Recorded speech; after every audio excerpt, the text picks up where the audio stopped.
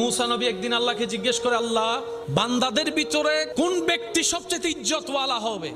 আল্লাহ তাআলা বললেন, আমার বান্দাদের ভিতরে আমি আল্লাহ তাকে সবচেয়ে বেশি ইজ্জত দান করি যে ক্ষমতা থাকার পরও প্রতিশোধ না নিয়ে আমি রবের জন্য ক্ষমা করে দেয়। যার গালি দেওয়ার ক্ষমতা থাকার পরও হজম করে ফেলে, দেয় না।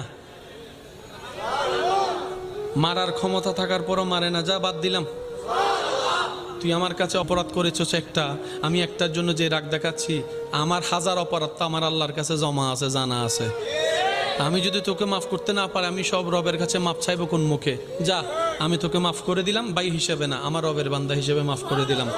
রব বলে যে মাফ করা তো আমার শান, তুই কেন মাফ করলি?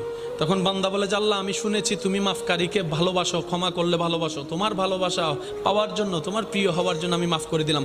রব বলে, যা, তুই তারে মাফ করেছিস, আমি তোরে মাফ করলাম।